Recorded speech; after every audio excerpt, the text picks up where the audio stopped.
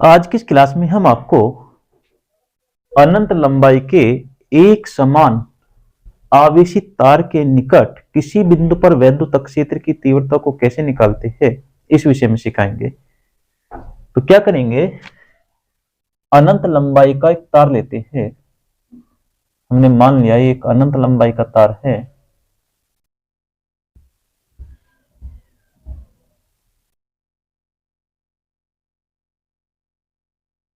Clear? जिसको हम plus का क्यों आवेश दे देते हैं।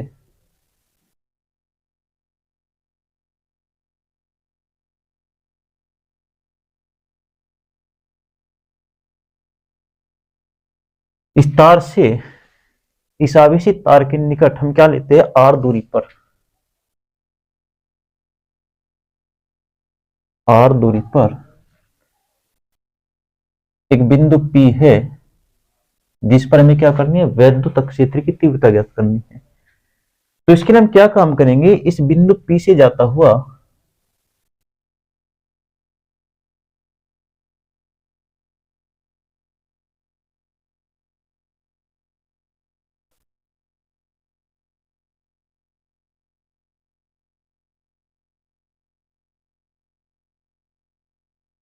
बिंदु P से जाता हुआ L लंबाई का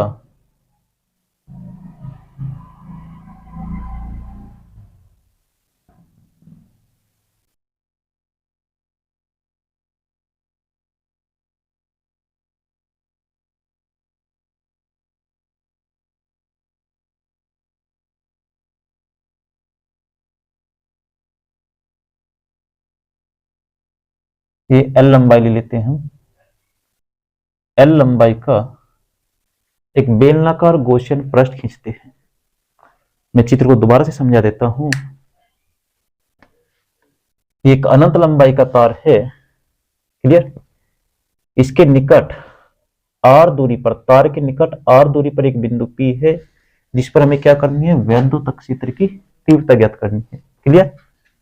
इसके लिए हम क्या काम करेंगे, इस बिंदु P से जाता हुआ, ये बिंदु P से जाता हुआ L लंबाई का एक बेलनाकार गॉसियन पृष्ठ खींचते हैं। क्लियर हुआ? यहां पर देखिए, इस तार की जो हमने L लंबाई ली है, तार की L लंबाई में अगर मैं मान लेता हूं कि जो आवेश की मात्रा है वो Q है। क्लियर? माना तार की L लंबाई में आवेश की जो मात्रा है वो कितना मान लेते हैं, Q मान लेते हैं। क्लियर? अगर मैं यहां से तार की एकांक लंबाई में आवेश की मात्रा निकालू तो क्या काम करेंगे, L अपोन में चले जाएगा। तो माना अतः तार की एकांक लंबाई में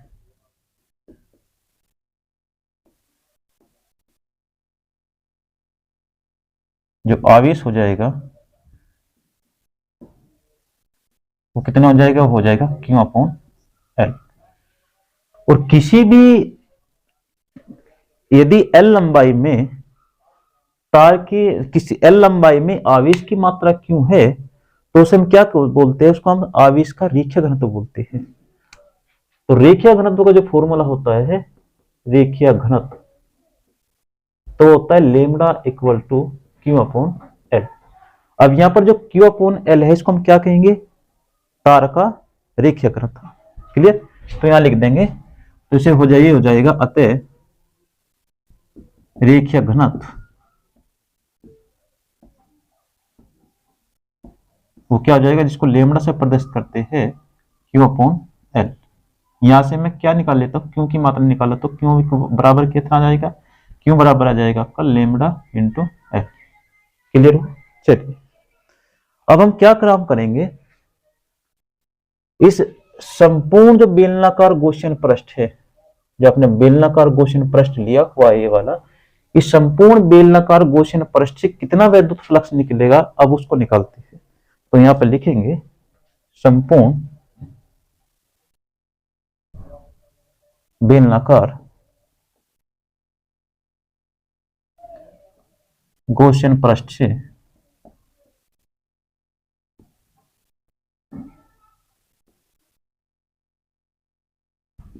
निकलने वाला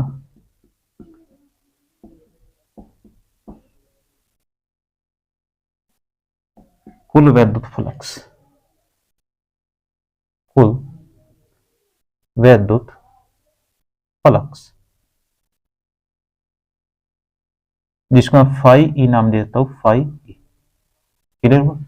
अब ये कैसे निकलेगा देखिए, किसी भी पृष्ठ से जो निकलने वाला वैद्युत फ्लक्स होता है वो इस प्रकार से निकल लेंगे, क्योंकि इस बेलनाकार गॉसियन पृष्ठ में आपको तीन पृष्ठ मिलेंगे, एक ये वाला पृष्ठ, एक ये वाला पृष्ठ और एक आपका ये वाला पृष्ठ।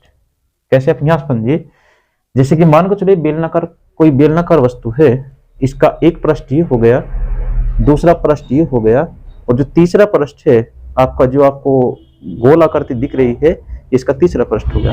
एक पृष्ठ ये ऊपर वाला, दूसरा पृष्ठ नीचे वाला, और एक आपका एक गोल वाला पृष्ठ। ये क्या हो गया? आपके तीन पृष्ठ हो गए। क्लियर?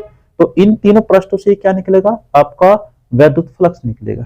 तो आप क्या कहेंगे? अगर मैं इस ऊपर वाले पृष्ठ की बात करूं, बेलनाकार, इस बेलनाकार गॉसियन पृष्ठ की बात करूं, तो इसका जो ऊपर वाला पृष्ठ है, अगर इस पृष्ठ पे मैं मान लेता हूं कि इससे निकलने वाला जो वैद्युत फ्लक्स है वो φ1 है। क्लियर?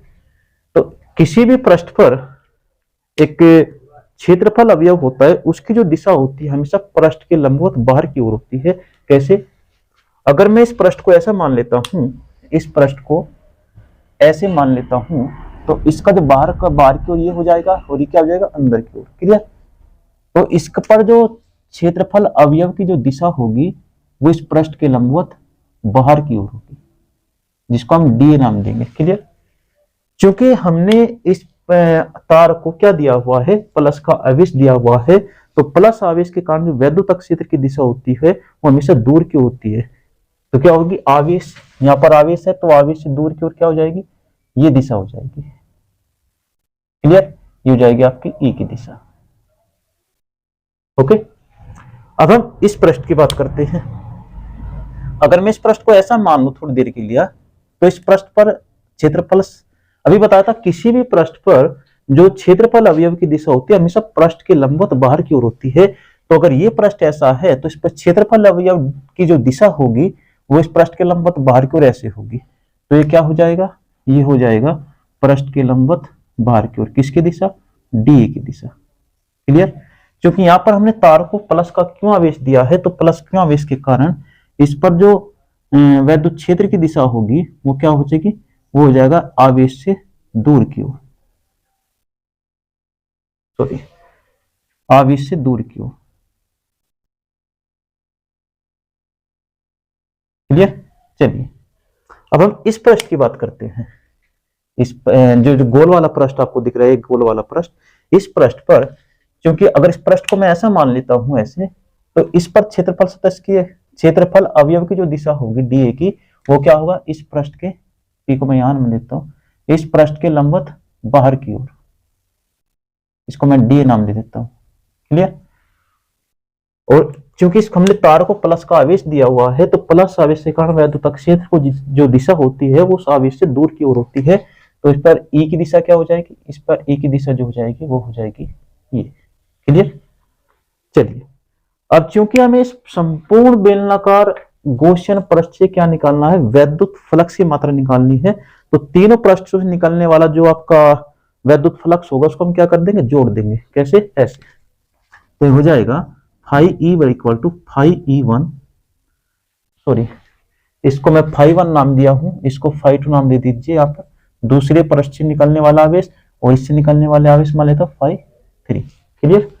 तो ये कितना हो जाएगा? ये हो जाएगा आपका फाई वन प्लस के फाई टू और प्लस के फाई थ्री। चलिए, किसी भी पृष्ठ से निकलने वाला जो वैद्युत फ्लक्स होता है वो होता है आपका ई ए कोस थीटा। किसी भी पृष्ठ से निकलने वाला जो वैद्युत फ्लक्स होगा कितना होता है? ई ए कोस थीटा। अगर मैं इनके बीच में थीटा वन एंगल ले लेता हूं, थीटा वन, यहां पर एंगल मान लेता हूं थीटा टू, ठीक, और यहां पर एंगल मान लेता हूं थीटा थीटा 3। क्लियर। अब देखिए, तो यहां पर जो निकलने वाला विद्युत फ्लक्स होगा फाई ई बराबर कितना, ई ए कोस थीटा 1 प्लस ई ए कोस थीटा 2 और प्लस ई ए कोस थीटा 3। क्लियर। अब यहां देखिए, क्योंकि यहां पर थीटा 1 जो है वो थीटा 1 का मान कितना हो जाएगा, एक डी ए और जो आपका ई है एक दूसरे के क्या लंबवत है, तो ये हो जाएगा फाई ई बराबर ई ए कोस 0 और प्लस ये दूसरा कितना हो जाएगा, ये दूसरा भी यहां पर भी कितना एंगल है इनके बीच में, ये ई है और ये आपका डी है, तो इनके बीच में एंगल होगा लंबवत, सॉरी यहाँ पर 90 रख लीजिए, 90, ये आपका 90 हो जाएगा प्लस यहाँ पर ई ए और ये भी कितना हो जाएगा 90 प्लस। अब यहाँ पर थीटा 3 देखिए, ये एक दूसरे के क्या है समांतर है, तो ये हो जाएगा इनके बीच में जो एंगल होगा ई ए कोस ये 0 हो जाएगा इनके बीच में। क्लियर।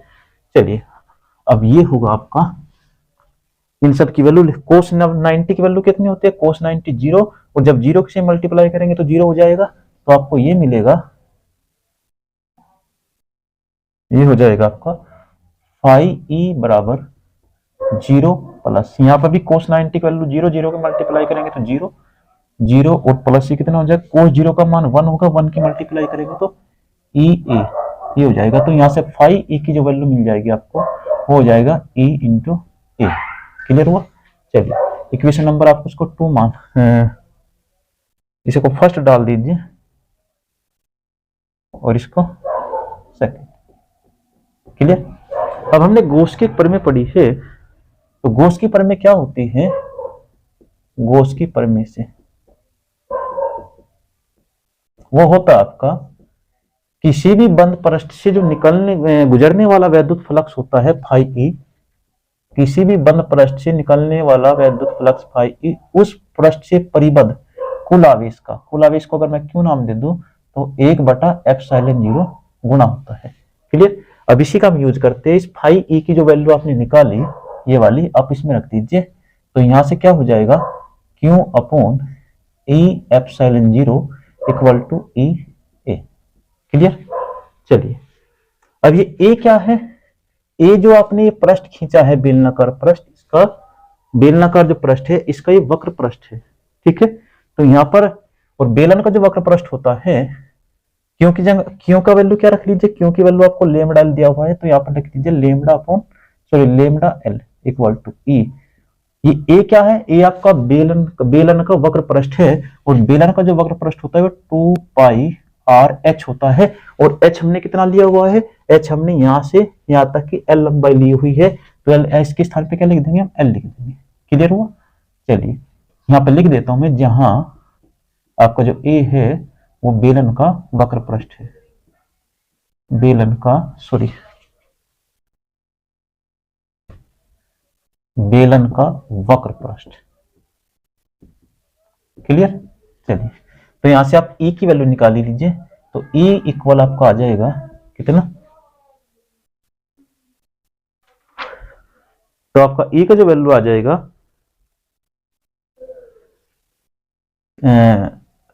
तो ये हो जाएगा आपका पाई एल अपॉन 2 पाई आर एल। क्लियर। एल से एल कैंसिल कर लीजिए, मिस्टेक है आपका, सॉरी यहाँ पे ये देखिए ये आपका एप्सिलॉन 0 छूटा हुआ है, तो ये एप्सिलॉन 0 हो जाएगा, तो यहां से जो आपकी वैल्यू आ जाएगी इक्वल टू ये आ जाएगा आपका 1 अपॉन 2 पाई, ये 2 पाई अपॉन में आ जाएगा एप्सिलॉन 0 आर इंटू एल, और अब अंश में आ जाएगा आपका लेमडा एल। क्लियर। एल से आपका एल कैंसिल हो जाएगा, तो ई इक्वल टू कितना आ गया 1 अपॉन 2 पाई एप्सिलॉन 0 और लेमडा अपॉन आर। क्लियर हुआ। अगर मैं क्या काम कर दूं, यहाँ पर मैं क्या करता हूं, इसके अंश में भी 2 से और हर में भी 2 से क्या कर देता हूँ, गुणा कर देता हूँ, तो ये आपका हो जाएगा 1/4 pi epsilon 0 2 lambda upon r. Clear? तो ये आपका कंप्लीट डेरिवेशन हो जाता है। ये है आपके किसी भी आवेशित अनंत लंबाई का अगर आवेशित तार है उसके निकट किसी बिंदु पर वैद्युत क्षेत्र की तीव्रता जो होती है 1/4 pi epsilon 0 2 lambda upon r होता है। क्लियर? तो ये आपका डेरिवेशन कंप्लीट हुआ। अगर आपको ये वीडियो अच्छी लगी हो तो इसको ज्यादा से ज्यादा शेयर कीजिए। वीडियो देखने के लिए धन्यवाद।